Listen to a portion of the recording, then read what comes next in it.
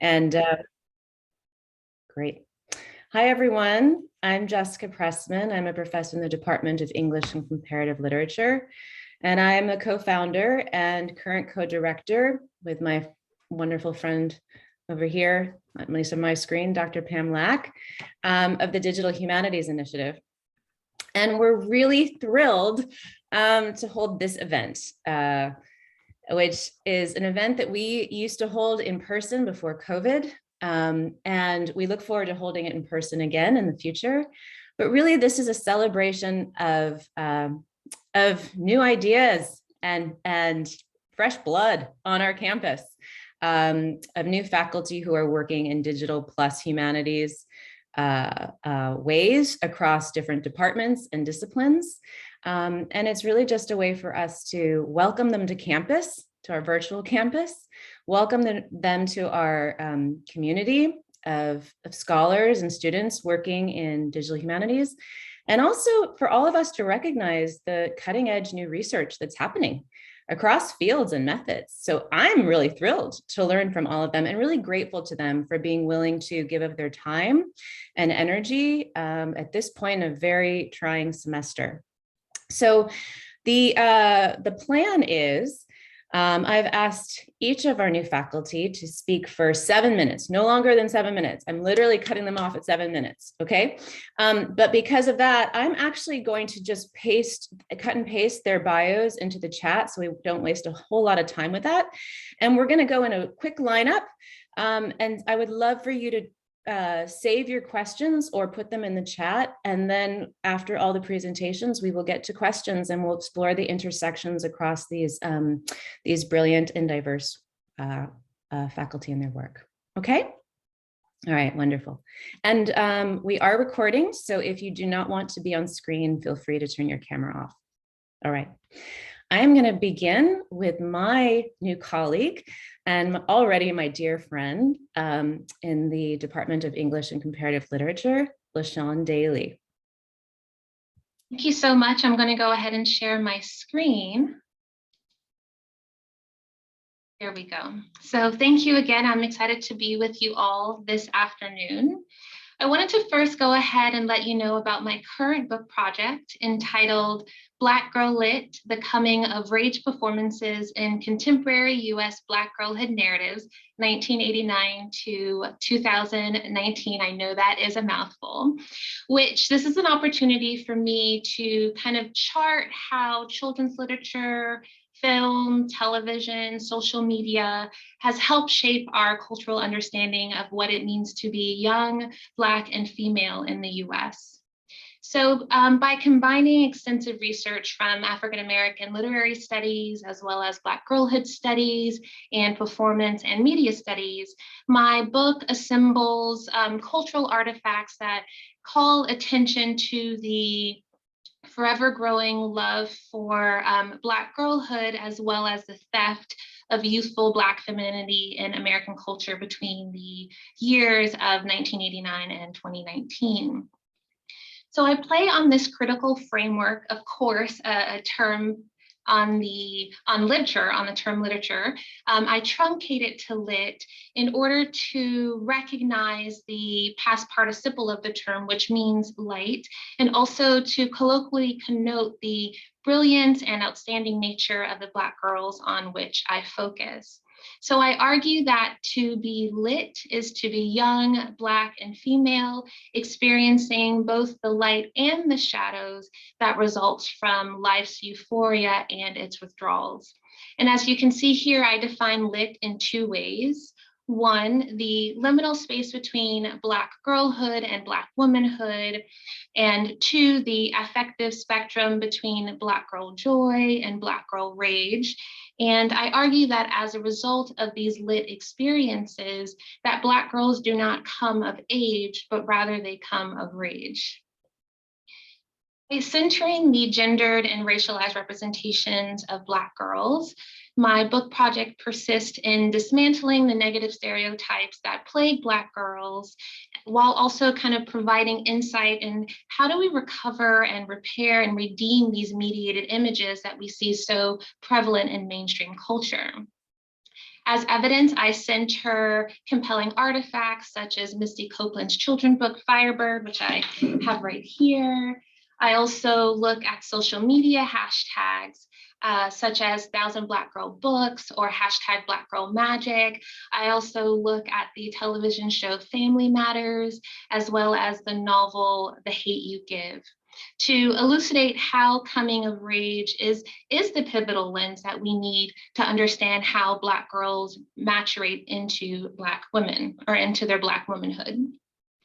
And in doing so, or coming of rage can provide scholars like myself within Black girlhood studies the opportunity to understand how to dismantle these mediated representations that we all know so well, such as the Black girl attitude or the angry Black woman tropes. And by pivoting away from these antiquated stereotypes to coming of rage, we can now have new language and knowledge on how to dismantle these images that often plague Black girls, as seeing them as culturally deviant, whereas I argue that through coming of rage, we can actually see them as not only culturally relevant, but also culturally vital. So I define coming of rage as when a Black girl maneuvers through her lit experiences in pursuit of survival, subjectivity, agency, and autonomy.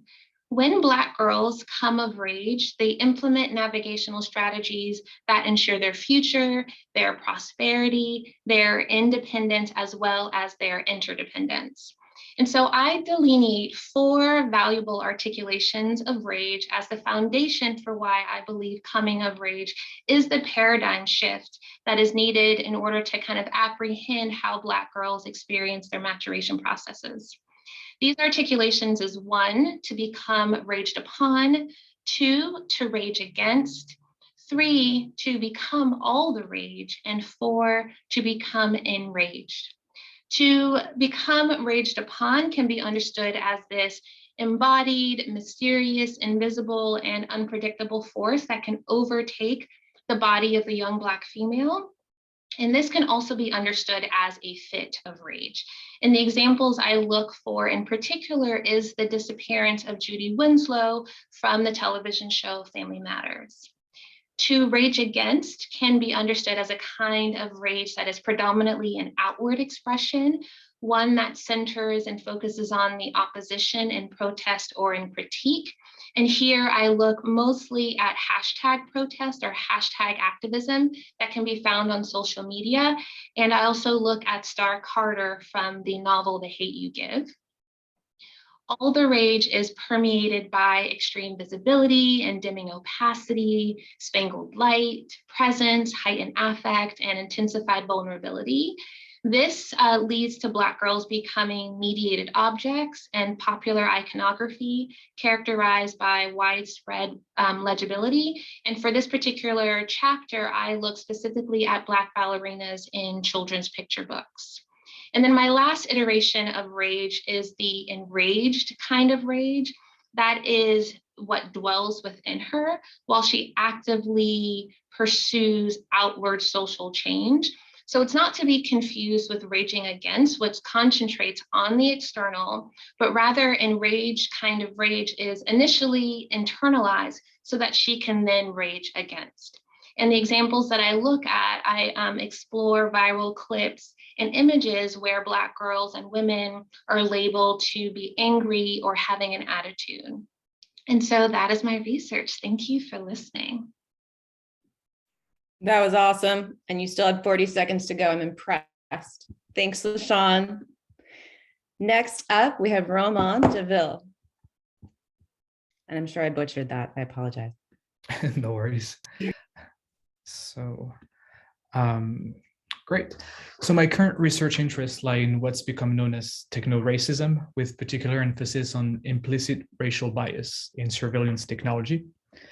Recent studies have found that commercial AI products are up to 30% more likely to misidentify darker toned females than white males due to a disconcerting lack of diversity in the data sets on which predictive models are trained.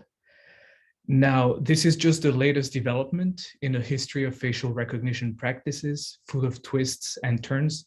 starting with the invention of the REN tablet in 1964, followed by the identification of additional facial markers throughout the 70s, the development of the eigenface model, the emergence of automatic detection systems, and the recent expansion of the commercial market. This historical narrative has been widely circulated among tech specialists and the general public, and yet it only tells part of the story. In my research, I reframed this timeline of events within a broader transmediatic context to nuance our understanding of facial recognition and its limitations. So for example, what happens when we extract this technology from its current embeddedness in computational and digital processes? Doing so, I argue, provides a critical perspective that questions the way that racial bias has been described in public discourse and occasionally academic scholarship, first as a current issue and second as a mere technical glitch. So let's briefly jump back in time to the year 1817. As the Industrial Revolution raged through Western Europe, massive population migration from rural to urban settings made cities like Paris and London increasingly illegible and confusing to navigate, leaving many to struggle to figure out who to trust. And one solution to this challenge of urban interaction was physiognomy, the practice of inferring psychological traits from facial structure. It was popularized by the publication in pocket format of Johann Lavater's notorious essays. Packaged for public consumption and easy to carry around, they gave urbanites a quick way to detect in the curvature of a nose or maybe the inclination of a forehead signs of moral decadence. But monitoring urban populations was not the only purpose physiognomy served. In my doctoral research on Francophone literature and visual culture, I examined how its surveillance possibilities were extended throughout the 19th century as new territories like Algeria and Senegal fell under colonial rule. Imperial expansion accelerated the imperative to produce means of visual diagnosis. Portrayals of racial types proliferated across scientific literature and the popular press, naturalizing an imaginary of the colonial other as simian. So prognathous jaws, thick lips, flat noses became part of a semiotic repertoire that often served to mark Black and brown bodies either as dangerous or infantile, and therefore in need of taming, of civilizing. Once preoccupied with policing cities, physiognomy became concerned with fears about immigration, miscegenation, and assimilation as new colonial subjects made their way to Europe. To contain this threat, physiognomy deployed a visual apparatus that established scales of humanity, thus heavily resonating with some of the anthropological notions that were being formalized at the time, including what became known in phrenology as the facial angle, a method of human classification whereby an extended line connecting the base of the brow to the upper lip, then juxtaposed with horizontal lines, produced a measurable angle on the basis of which different groups of people could be predictably categorized. And according to anthropologists, the facial line ranged from 70 to 100 degrees, and from Black Africans to ancient Greek statuary. So together with the rise of photography and statistics, physiognomy and phrenology contributed to the consolidation of race as a biological construct. And while the two disciplines fell out of favor by the end of the 19th century, some of their core assumptions continued to shape subsequent colonial and post-colonial encounters. So in the rest of my dissertation, I examined three of them. In Rwanda, where Belgian authorities developed their own version of the facial angle to ethnicize the divide between Hutus and Tutsis. In Martinique, where individuals known as Chabins have been traditionally perceived as inauspicious due to their uncommon appearance. And in post-colonial France, where recent bans on full-face veils did not just perpetuate problematic attempts to quote-unquote liberate Muslim women from the shackles of religion and patriarchy, but reactivated the discourse of surveillance in which physiognomy was originally embedded.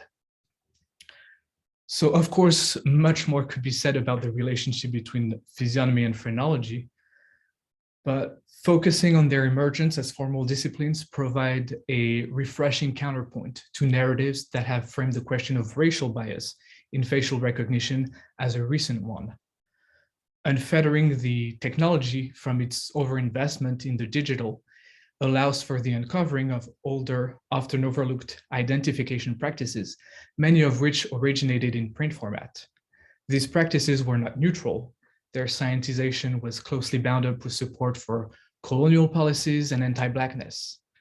Unearthing this history reveals just how problematic it is to frame racial bias as a technical glitch, because doing so implies that it could easily be fixed with more data, at the risk of ignoring the enduring legacy of systemic racism in which facial recognition has been enmeshed. This research, however, suggests that we should also look at racial bias as a symptom of the epistemological and institutional shifts in the wake of which the practice of facial recognition was redefined in the 19th century.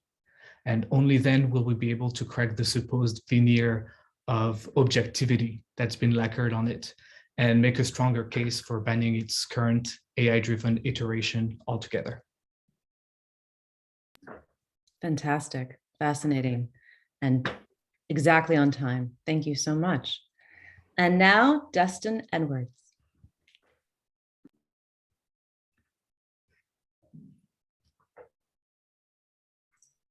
I am unmuted, right? And can you see my screen? Okay, perfect. I will hit on slideshow. Okay. So thank you so much for putting this together. I'm so excited to hear the conversations and resonances between all of our work.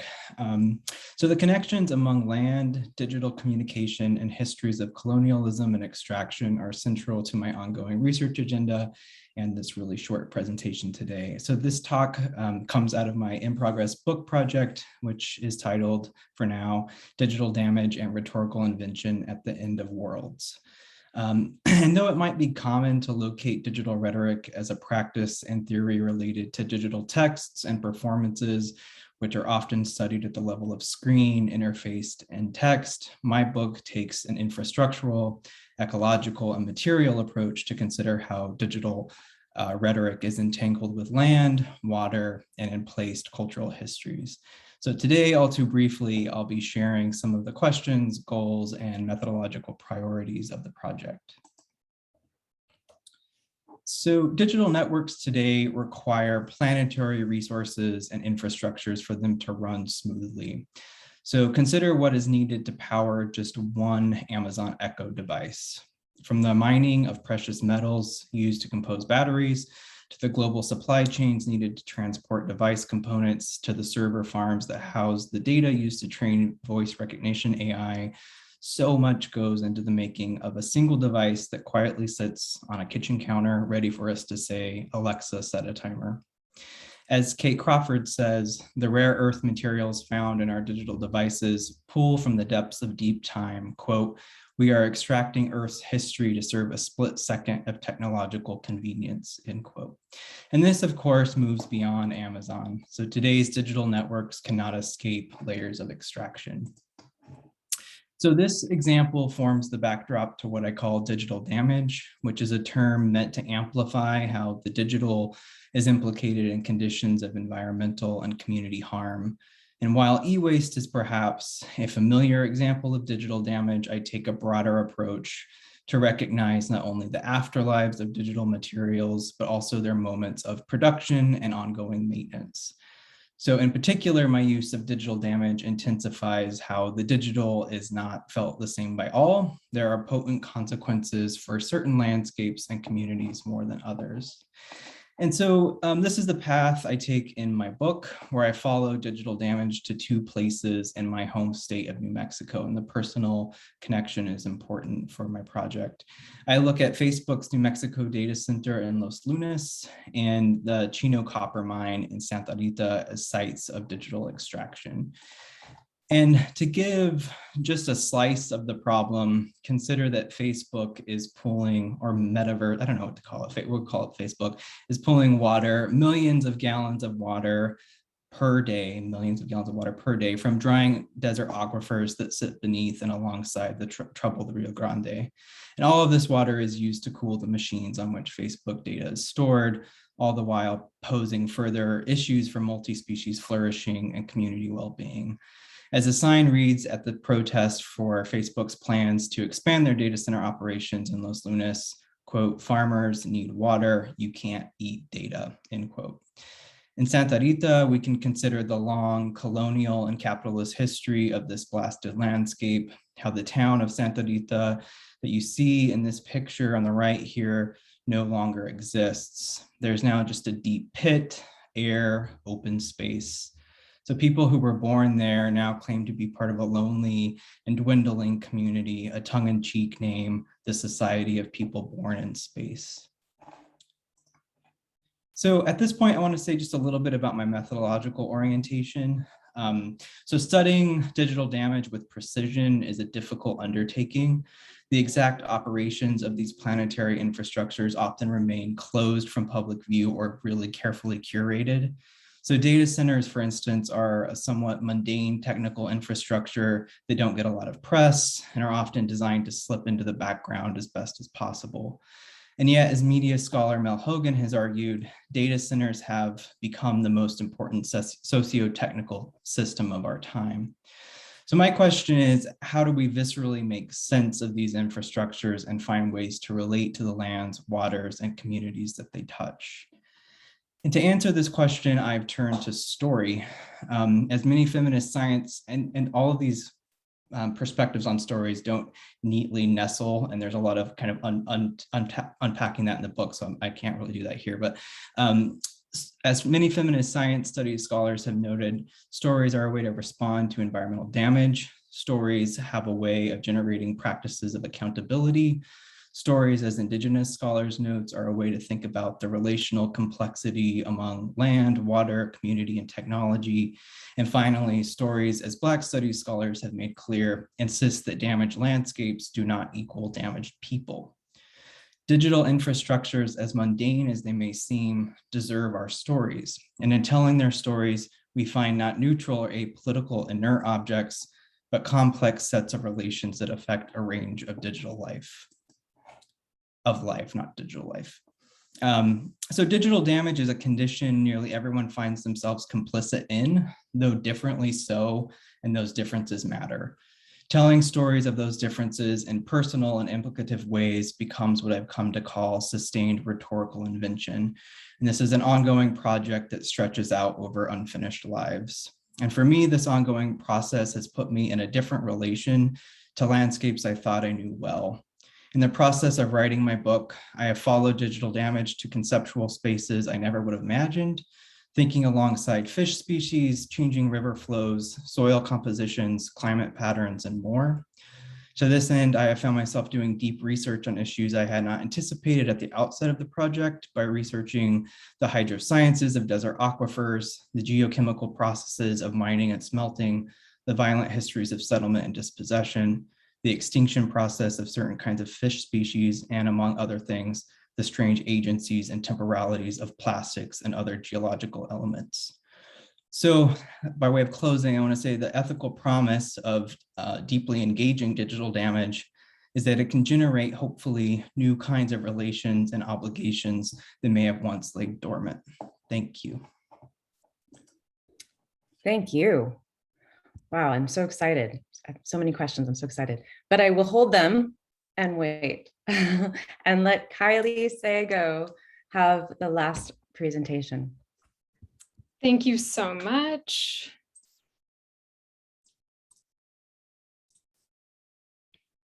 I've put a link to a Google Doc of an access copy of my talk in the chat, if anyone would like to follow along with the rough transcript of what I'll be saying today. But I just want to start by thanking Jessica and Pam and the DH Center at SDSU for the invitation to speak today, and my fellow panelists, and all of you for being here. So my talk, titled Poetic Commemorations of Abolition in France, From Digitized Documents to Digital Project, is different than those of the panelists so far, in that it's not part of I'm at the beginning of this research, really. It's not stemming from a book project or my dissertation as such.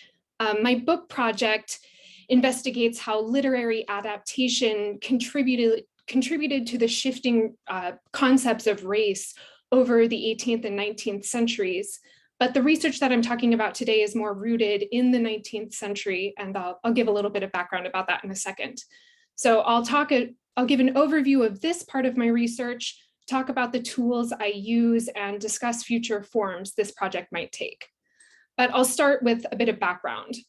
So France was the first Western imperial power to abolish the slave trade and slavery, and the only one to overturn this abolition. After France banned the slave trade for the second time in 1815, certain intellectual societies around France called académies held poetry contests to commemorate this abolition. By this point, académies had been hosting poetry contests for a century and a half. Individuals sent in poems which were evaluated by small juries. Winning entries might be revised and published in print form. But many of these submitted poems exist only as manuscripts, conserved in archives around France with varying degrees of accessibility to researchers. So while conducting research in France in 2019, I identified poetry contests with abolitionist themes, visited archives in different cities, and photographed the documents. I started transcribing these documents in earnest this past summer, and starting this fall, I've been assisted by SDSU graduate students, Diana Jimenez and Marisa Ailey, whose contributions I gratefully acknowledge. I'll turn now to the tools that make this work possible. And I'd be happy to elaborate later on the pros and cons of each and others I chose not to use if there's interest. Initially, I used Tropy for personal organization of research photos and transcription. But this really wonderful software does not currently support multi-user collaboration. So once I began working with graduate assistants, I turned to Google Drive for transcription, and thanks to Pam for suggesting this workflow. I've also used Voyant for textual analysis and visualization. And even in my preliminary work with Voyant, it's been so helpful in giving a quantitative sense of the project. For instance, poems are widely thought of as shorter texts, but these poems that I'm working on for this particular project are sometimes over 20 pages long. 12 poems submitted to one poetry contest alone total 23,535 words, which is the equivalent of a 40-page single-space block of text with all line breaks removed. So this is a huge, essentially a huge amount of text that I'm working with, at least for me. And in the future, I'm interested in pursuing the analysis beyond word frequency and experimenting more with computational methods and corpus linguistics, but I'm really at the beginning of my learning curve on this. So to date, we've transcribed all 12 poems submitted to one contest. I presented the initial findings in a conference paper, which will be the basis of a future journal article. And there are approximately 50 more poems to transcribe. So in addition to my own analysis in conference papers or articles, I am seriously considering editing these poems into an anthology of some form. Availability for availability's sake, as we know, is not sufficient reason to publish archival texts. But I think that the challenges of these materials and their interests to scholars might make such an anthology useful. I've gestured to some of these challenges already, which include the access to the documents in the first place, some of which are held in archives notoriously difficult to access. Access challenges are exacerbated by pandemic-related restrictions to travel and unpredictable archival closures. To even begin to work on these materials requires a huge commitment of time and labor. Some background in paleography is needed for transcription, and knowledge of abolitionist texts and political movements is necessary to understand them. Despite these challenges, these are unique archival materials that give insight into the perceived social utility of literature in the 19th century, public understandings of abolitionist discourse. And these documents may challenge the prevailing idea that there was a quite limited public engagement with abolitionism in France. Therefore, I think they'll be of interest not only to literary scholars like myself, but also historians. So as I consider an anthology, I'm thinking about its potential form. Certain French publishers have printed series devoted to editions of works of literature related to colonialism. Pursuing publication with such a series would no doubt ensure the visibility of these documents for interested researchers, both in France and in the US.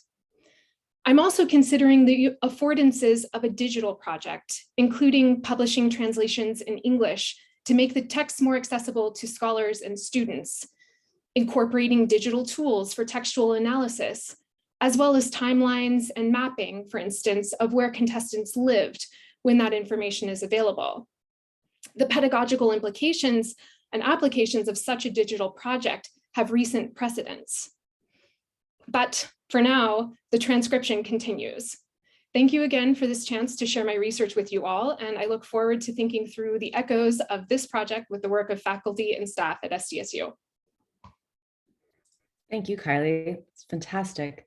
Thank you all so much. I'm inspired and I'm inspired. That's a wonderful way to feel.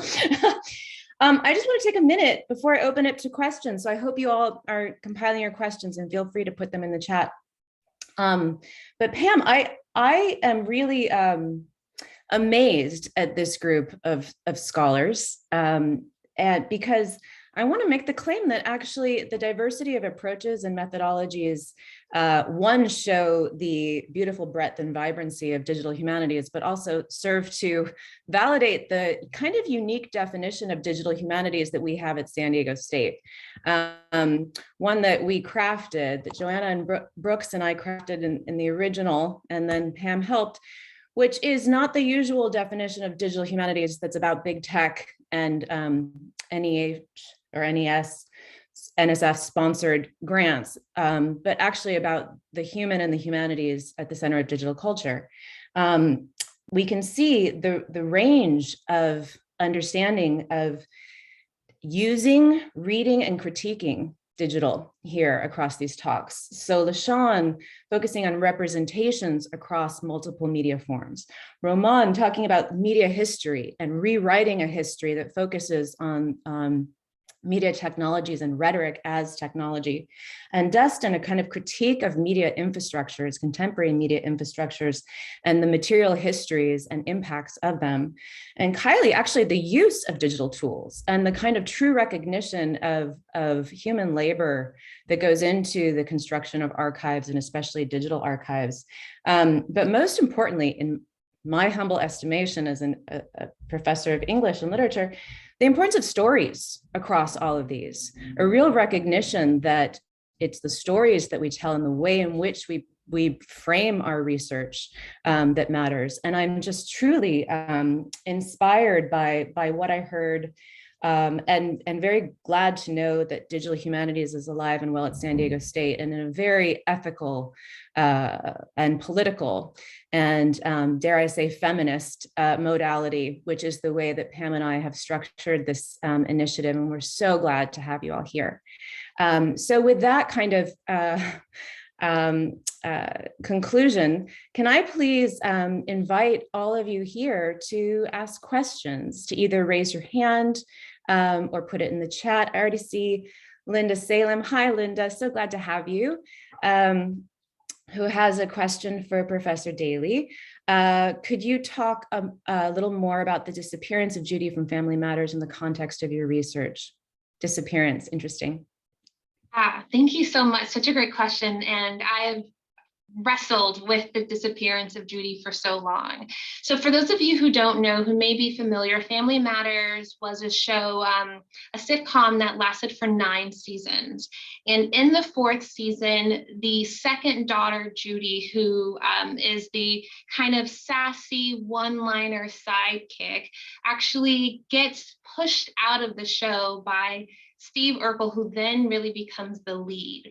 So her character, which always played the sidekick, actually gets pushed out of the show as a result of America's desire to see more of Steve Urkel. He was only supposed to be in the pilot episode, but became so popular, he actually took over the show, and so many of the storyline was kind of gifted to him. Because there are situations that were happening behind the scenes, Judy's Winslow character got pushed out, and unfortunately really wasn't recognized by fans as being pushed out, because we were just then so enthralled with the Steve Urkel character. But yet we forget that there was a young Black actress, right? Not only was her character left out, but she was left out. And as a series of unfortunate events in her life, which, you know, she now claims empowerment over, led her to other situations of not being casted in other spaces just because she was typecast in that show. And so it's not only just thinking about the disappearance of Judy Winslow, but, you know, Black girls in Hollywood and how they can seem so indispensable in a space like Hollywood, where their bodies are really just kind of cast aside. So in terms of my work, I look at the kind of disappearance as a kind of rage that overtook her body so quickly that the audience didn't see it until, you know, years later when we're thinking back, oh, whatever happened to that character? As someone whose kind of ghost still lives in the narrative, however, like, how do we deal with the kind of haunting that her body left in the show, but yet we don't ask questions about what happened and what occurred? So those are the things I'm still processing when it comes to her disappearance. Thank you, Lashon.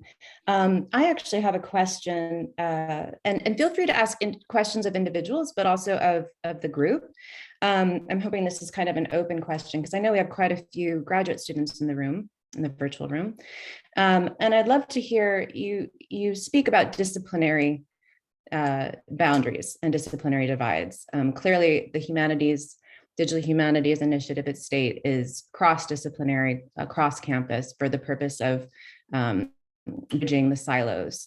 But I wonder, I mean, you're all in specific departments, but could, at least from the presentation of your research, could possibly be in other departments.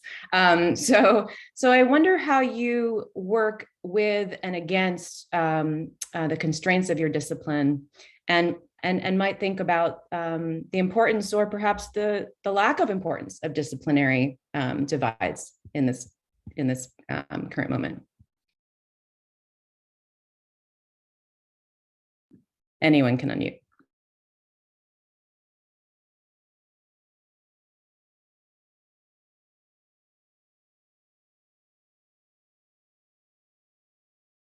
I'd be happy to start us off. Thank you so much. It's such an interesting question. And I have to say, one I haven't thought about in great depth in the past. So my sort of initial thoughts, the first thing that came to mind was the idea of the canon, and the canon of literature as being something that's quite important to the study of any literature, but is certainly in the field of French studies, the canon is sort of is ever present. And the work that I do, I mean, I work on texts in this project that I just shared, that many of which were never published. So there's really couldn't be a more minor literature in a way. But I think that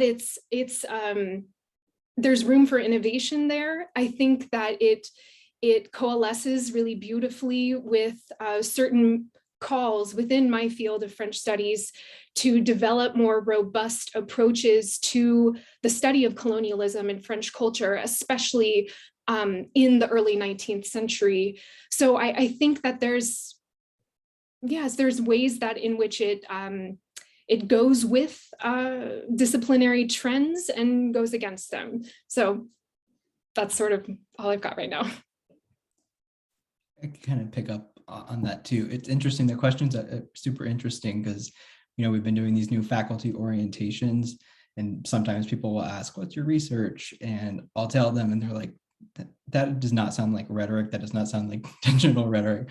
And I, you know, I have to unpack that I'm taking a material kind of ecological understanding of rhetoric, kind of not maybe thinking about representation the way that we often do. So that's been fruitful for me. That's been like key for my work. And sometimes too, I don't know, I'm like, oh, I guess I have to read this rhetoric book, where I would rather read something else that gave me new ideas, new concepts to work with. So I kind of like the interdisciplinary aspect of my work, but I realize the value in disciplinarity too, and being able to articulate that. But yeah, it was just one of the things that I thought about. A lot of times people say that does not sound like rhetoric, and I have to kind of do some translation. So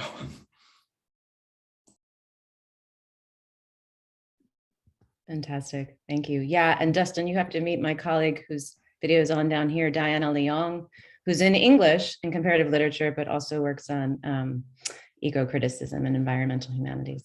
yeah, I've read your Catalyst piece, and it's been really instrumental for me. So I've been meaning to reach out to you. So I'm glad we have this conversation. There you go. Smart people meeting on Zoom. Yeah. And actually, the next question is Diana's, because she has a smart question. She's smart. General question for the amazing panel. How has your work on the digital new media changed how you think about race as a technology? Who wants to take that first?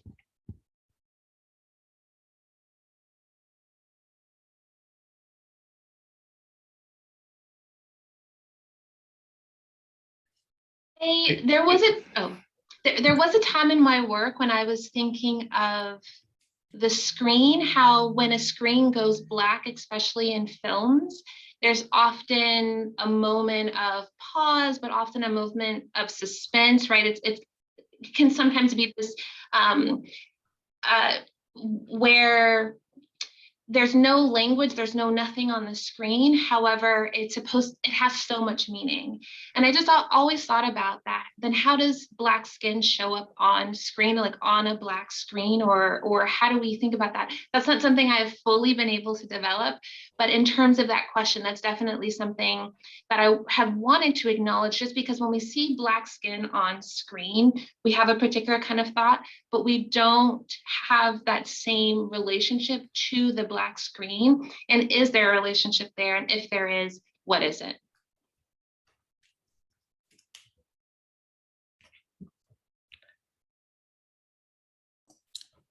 Your question makes me think of a piece that I've been really drawn to, which is Lisa Nakamura's piece on indigenous circuits, and talking about indigenous labor as being kind of a precursor to computing, and that labor, that history is part of our, the rise of the platform.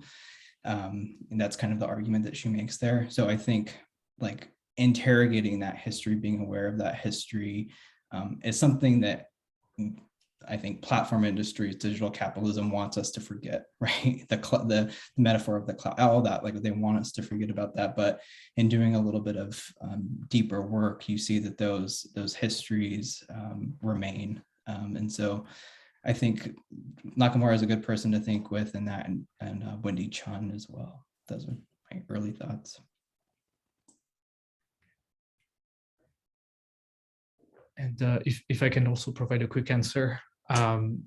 So the history of racism has taken on many forms, from colorism to biological racism to differentialism or cultural racism, to our current iteration, which is techno-racism, which has been facilitated by digital technologies like facial recognition technology.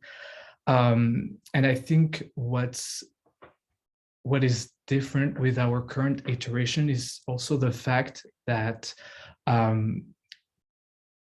facial recognition is very ubiquitous and very diffuse and works in ways that we are not always aware of.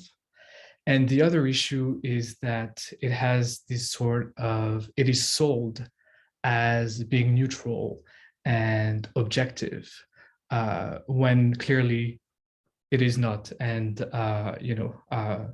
racial bias is a current issue that's very important.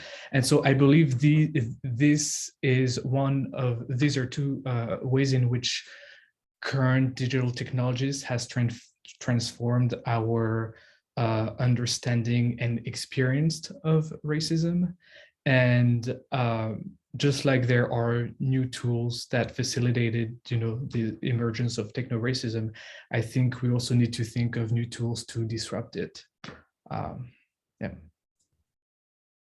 Just to add on to that quickly, it's so interesting to hear what Romain is talking about, of the thinking about technology and race and technological racism as shaping racism as it's experienced today. I think about this also in a historical context, which I have put in my own work in terms of mediation, but which is, of course, just another synonym of technology in a way. And the way in which the different modes of representing race, whether on film, as Lashon is talking about, or in technology, as Romain has discussed, or in texts or in art, as the French art historian Anne Lafont has recently explored. All of these media really shape how we understand race. And part of my book project is trying to show the contributions that literature and the mediation and technology of literature bring and shape, what they bring to these conversations and shape how we think of race.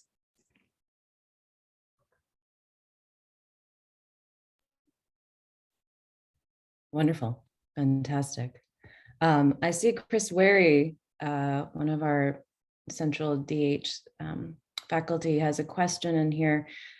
Chris, do you want to unmute and ask? Because I'm not sure I fully understand the stake of your question. Well, thank you. No, I was just thinking, I've been reading some work that looks at basically attempts to kind of hold platform companies, digital companies, sort of accountable in various ways. And oftentimes the sort of one of the angles one sees these days is sort of to use metaphors or analogies of pollution, of environmental damage, all these kinds of things, to get at sort of the externalization of costs, the ways in which we sort of are required to kind of inhabit polluted environments in various ways. And I just wondered if, I mean, Dustin's research in a really fascinating way actually looks at material and direct sort of elements of that. But I wondered if he ever sort of brings together those two sort of ways of thinking about the environment and pollution.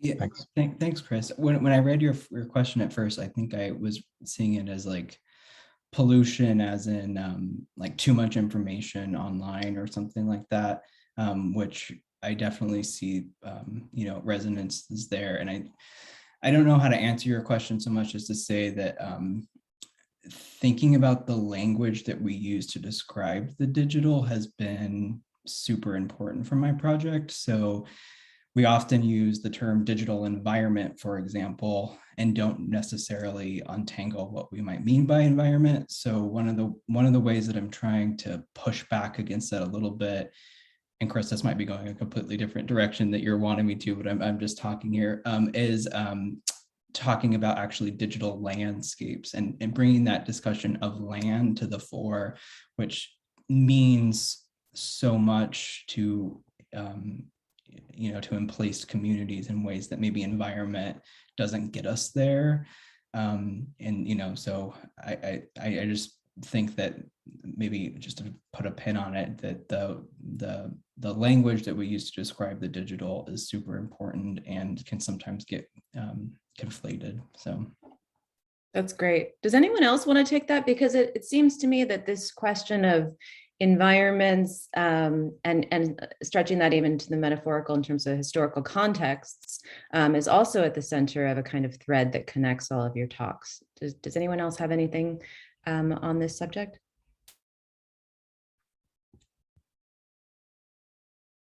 And if not, it's okay. I think we have time for one final question. Even from the panelists to each other, if you'd like.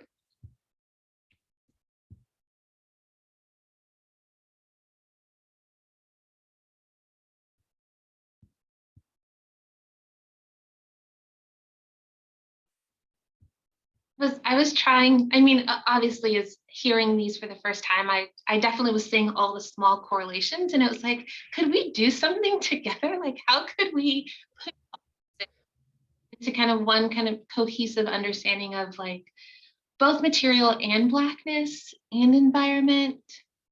That's what I was processing. I would love to work with all of you to figure that out.